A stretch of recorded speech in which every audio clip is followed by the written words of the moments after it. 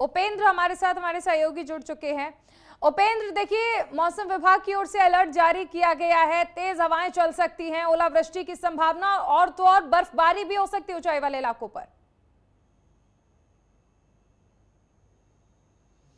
देखिए, जिस तरीके से मौसम विभाग की ओर से एक पूर्वानुमान जारी किया गया है कि फिर से जो है पश्चिमी विक्षोभ जो है वो उत्तर भारत में जो है कई जगहों पर देखने को मिल सकता है। ऐसे में प्रदेश के कई जिलों में आज जो है काफ़ी तेज बारिश के साथ जो है काफ़ी तेज बौछारें और आकाशीय बिजली के साथ जो है थोड़ा सा तेज हवाएं जो है वो चलने की संभावनाएं जो है वो जताई गई है। खासतौर पर उत्तराखंड के देहरादून, उत्तरकाशी, चमोली, रुद्रप्रयाग, पौड़ी, टिहरी, पिथौरागढ़, बागेश्वर और नैनीताल में जो है जिस तरीके से बारिश होने की संभावनाएं जो है वो जताई गई है। और उसके साथ साथ जो 4000 फीट की जो ऊंचाई वाले इलाके हैं वहाँ पर जो है बर्फबारी की संभावनाएं जो है जताई गई है। इस बारिश के बाद से जो है ठंड भी जो है वो दस्तक देना शुरू जो है वो करेगी, क्योंकि जो ऊंचाई वाले इलाके हैं हालांकि वहाँ पर जो है वो ठंड ने धीरे धीरे दस्तक देना शुरू कर दिया है। जिस तरीके से जो बारिश की बौछारें जो पड़ रही है, ऐसे में ठंड ने दस्तक देना शुरू कर दिया है। लेकिन इस बारिश के बाद से जो है पहाड़ से लेकर मैदान तक जो है ठंड दस्तक देना शुरू कर देगा। और जो ठंडी हवाएं जो है जिस तरीके से जो लगातार सुबह और शाम के समय पर चल रही है, ऐसे में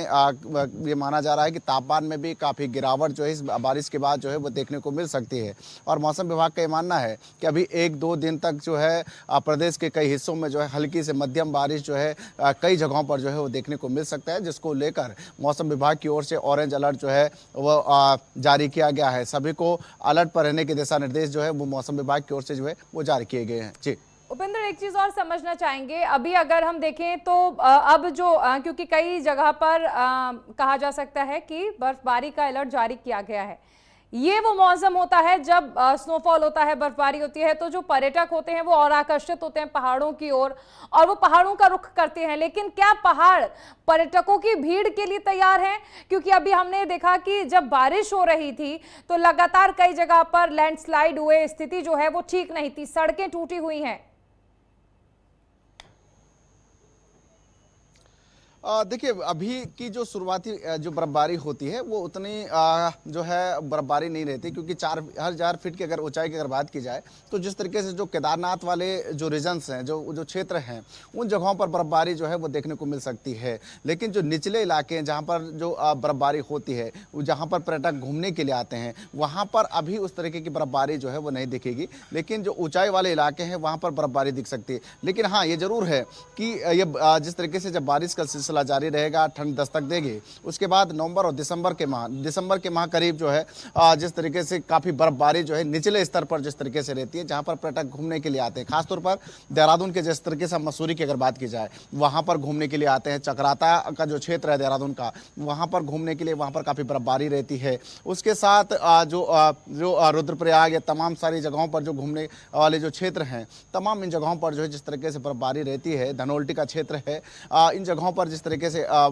जो पर्यटक घूमने के लिए आते हैं, वहाँ पर अभी जो है वो बर्फबारी नहीं दिखेगी। लेकिन जो ऊंचाई वाले इलाके हैं, जहाँ पर जो 4000 फीट के जो ऊंचाई वाले क्षेत्र हैं, वहाँ पर बर्फबारी जो है वो रहने वाली है। और अभी मौसम विभाग का मानना है कि 2 से 3 दिनों तक जो है हल्की मध्यम बारिश जो है वो रहने वाली है। हाँ, ये जरूर है कि इस बर्फबारी के चलते जो है ठंड जो है वो जरूर दस्तक देना शुरू कर देगा, क्योंकि जो पहाड़ी इलाके हैं वहाँ पर जो है वो ठंड जो है वो बढ़ती हुई दिखाई देगी। तापमान में काफ़ी गिरावट जो है वो नज़र आएगा। उसके साथ साथ जिस तरीके से जो मैदानी क्षेत्र है वहाँ पर भी जो है ठंड जो है वो दस्तक देना शुरू कर देगा। उसके साथ अगर पहाड़ों की अगर बात की जाए, जिस तरीके का रास्तों की अगर बात की जाए, तो कई जगह भी ऐसे हैं जो डेंजरस जोन अभी भी बने हुए हैं, जहाँ पर जो है काफ़ी दिक्कतें अभी भी हो रही हैं। हालांकि ये ज़रूर है कि वहाँ पर लगातार काम चल रहा है, रास्तों को खोलने का काम किया जा रहा है, जहाँ पर रेनोवेट होना है वहाँ पर उसको ठीक किया जा रहा है। तमाम कई सारे ऐसे डेंजरस जोन है जिनको ठीक भी किया जा रहा है। लेकिन आप पूरी तरीके से ये नहीं कह सकते कि अभी पहाड़ पूरी तरीके से तैयार है, लेकिन पूरे काम भी पूरा चल रहा है। लेकिन उस तरह की बर्फबारी जो है अभी उस तरीके की नहीं मानी जा रही है कि जिससे जो है पर्यटक यहाँ पर आए और वहाँ पर घूम सके। लेकिन उसके बावजूद भी अगर मौसम ठीक रहता है, मौसम साफ बना हुआ रहता है, तो काफ़ी जगहों पर जिस तरीके से पर्यटक जो घूमने के लिए, चाहे ओली का क्षेत्र ओली का क्षेत्र हो या मसूरी में हो, तमाम जगहों पर जो है घूमने के लिए जो है वो पर्यटक आ रहे हैं। ठीक है, एक चीज़ और समझना चाहेंगे कि अभी वहाँ पर जो लोग हैं उनका क्या कुछ कहना है? व्यवसायी क्योंकि ये चाहते हैं कि पर्यटक वहाँ पर आएँ और क्योंकि केदारनाथ की बात कर लें, बद्रीनाथ की बात कर लें या फिर पूरे तरह से चारधाम यात्रा की बात कर लें, तो वो पूरे 6 महीने उस तरह से चल नहीं पाती है क्योंकि अधिकतर हम देखते हैं कि बारिश की वजह से बार-बार यात्रा को रोकना पड़ता है। अब चारधाम यात्रा के बाद अब पर्यटक आएंगे बर्फबारी के लिए, तो व्यवसायियों को कितनी उम्मीद है इस बार अपने व्यवसाय को लेकर, या फिर क्योंकि हम अक्सर देखते हैं कि इस सीजन का हमेशा उन्हें इंतजार रहता है, जितना पर्यटकों को इंतजार उतना ही व्यवसायियों को भी। देखिए व्यवसायों का तो हर साल ये उम्मीद रहती है कि काफ़ी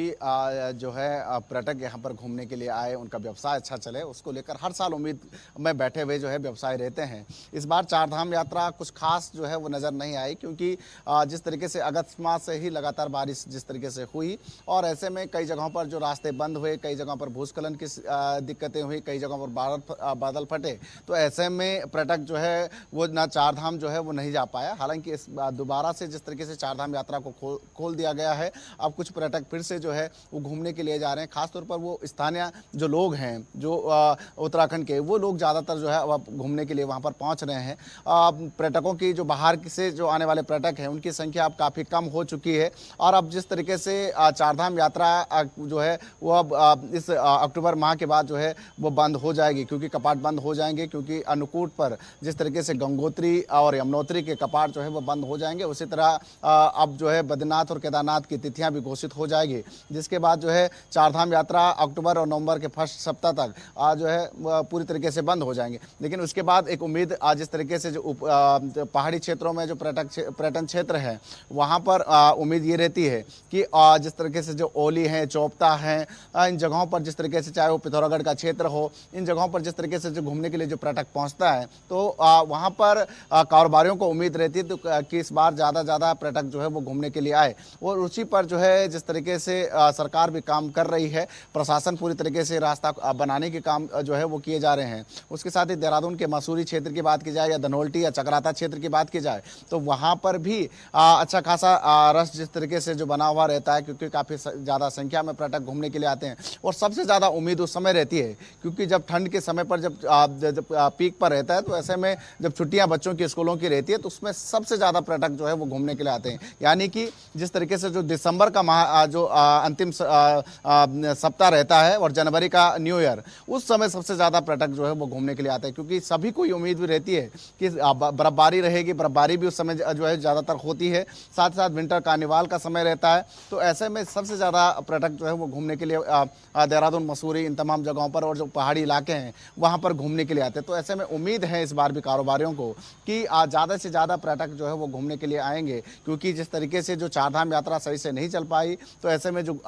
उत्तराखंड घूमने के लिए आना चाहते थे वो यहाँ पर नहीं आ पाए, तो ऐसे में वो विंटर के समय पर ज़्यादातर यात्री और जो पर्यटक हैं वो यहाँ पर घूमने के लिए आएंगे ताकि व्यवसाय जो है वो अच्छे से चल सके। ऐसे में व्यवसायों को भी काफ़ी उम्मीद जो है वो नज़र आ रही है। ठीक है, एक चीज़ और समझना चाहेंगे कि मौसम विभाग की ओर से किस तरह का अलर्ट जारी किया गया है, क्योंकि जब हम गर्मियों में देखते हैं तो मौसम विभाग पहले ही अंदेशा जता देता है कि इस बार ज़्यादा गर्मी पड़ेगी, कम होगी, बारिश को लेकर भी। अब बारिश और बर्फबारी को लेकर किस तरह का अलर्ट जारी किया गया है, कैसा रहेगा ये मौसम पहाड़ों के लिए, वहाँ के लोगों के लिए? देखिए अभी अगर मौसम विभाग की बात करें तो अभी 3 से 4 दिनों तक जो है कई जगहों पर जो जिस तरीके से देहरादून हो, उत्तरकाशी, चमोली, रुद्रप्रयाग हो और उसके साथ साथ अगर बात की जाए तो पिथौरागढ़, बागेश्वर, इन जगहों पर जिस तरीके से बारिश, तेज़ बारिश और बर्फबारी के जिस तरीके से बात की गई है, हालांकि उसके बाद टेम्परेचर जब डाउन होगा उसके बाद अगर बारिश का सिलसिला फिर से बनता है तो उसके बाद ये माना जा रहा है कि निचले स्तरों पर भी 2000 फीट की ऊंचाइयों पर भी बर्फबारी जो है वो देखने को मिल सकती है और तापमान में काफ़ी सारा गिरावट जो है वो नज़र आएगा। और जिस तरीके से मौसम विभाग ने मानसून के समय पर जिस तरीके से पहले ही कहा था कि पश्चिमी विक्षोभ के चलते जो इस बार मानसून जो है वो काफ़ी सक्रिय रहेगा, काफ़ी ज़्यादा मानसून जो है उत्तराखंड में देखने को काफ़ी ज़्यादा बारिश होगी और इसी के तहत देखा गया कि काफ़ी ज़्यादा बारिश उत्तराखंड में देखने को मिली। कई जगहों पर भूस्खलन की स्थिति और साथ साथ बादल फटने की जो आशंका जो लगातार बन रही थी और कई जगहों पर बादल भी फटे थे, तो इस काफ़ी नुकसान उत्तराखंड में हुआ था। तो इस बार भी अभी मौसम विभाग का फिलहाल ये मानना है कि 4000 फीट की ऊंचाई पर बर्फबारी होगी उससे तापमान में जो ऊपरी इलाके हैं, पहाड़ी इलाके, वहाँ पर तापमान में गिरावट होगी। और इसके साथ साथ मैदानी क्षेत्रों में भी जो ठंडी हवाएं चलने के कारण जो है यहाँ पर भी ठंड जो है वो दस्तक देना शुरू कर देगा। तो यानी कि तापमान में काफ़ी गिरावट जो है इस बारिश से जो है वो देखने को मिल सकती है। बिल्कुल, ये भी समझना चाहेंगे कि अभी तापमान में गिरावट तो क्या ये मान लिया जाए उपेंद्र अब से ही शुरू हो जाएगी, क्योंकि हम देख रहे हैं कि बारिश को लेकर अलर्ट जारी किया गया है और बारिश का साथ साथ ऊपरी इलाकों के लिए बर्फबारी का अलर्ट है। तो वहां पर बर्फबारी, यानी हम देखते हैं कि जब पहाड़ों पर बर्फबारी होती है तो मैदानों में भी तापमान गिरने लगता है। तो उत्तराखंड के लिए तो ये मान लिया जाए कि अब आगे आगे वक्त जो है वो और सर्दियों को बढ़ाएगा, तापमान में गिरावट लगातार दर्ज होती जाएगी। देखिए, अगर बात की जाए तो कुछ पहाड़ी इलाके ऐसे हैं जहां पर 12 महीने जो है वो ठंड रहती है। चाहे वो बद्रीनाथ क्षेत्र की बात की जाए या आप केदारनाथ में अगर आप जाएंगे तो वहां पर 12 महीने अगर आप देखेंगे तो वहां पर ठंड है। चाहे वो नीतीमाणा का क्षेत्र है, पिथौरागढ़ का जो ऊंचाई वाला जो क्षेत्र है, वहां पर अगर आप देखेंगे तो वहां पर 12 महीने ठंड है। लेकिन उसके बाद अगर ऊंचाई वाले इलाकों में अब इस समय जब बर्फबारी होगी, क्योंकि अब धीरे धीरे तापमान में गिरावट आ रही है और ऐसे में वहां पर बर्फबारी जब होगी तो उसके साथ जो ऊपरी से लेकर जो निचले इलाके के जो पहाड़ी इलाके हैं वहां पर जो है तापमान में और गिरावट जो है वो देखने को मिलेगी। उसके साथ साथ जब ऊपरी पहाड़ी इलाकों में बर्फबारी होती है तो ठंडी हवाएं जिस तरीके से जो चलती है उससे मैदानी क्षेत्रों में भी इसका असर जो है वो देखने को मिलता है। आज अगर बात की जाए तो जिस तरीके से जो बारिश मौसम विभाग की ओर से जो कहा गया है, अलर्ट ऑरेंज अलर्ट जो किया गया है, देहरादून में सुबह से काले बादल जो है वो छाए हुए हैं, ठंडी हवाएं जो है वो चल रही है। तो ऐसे में ये माना जा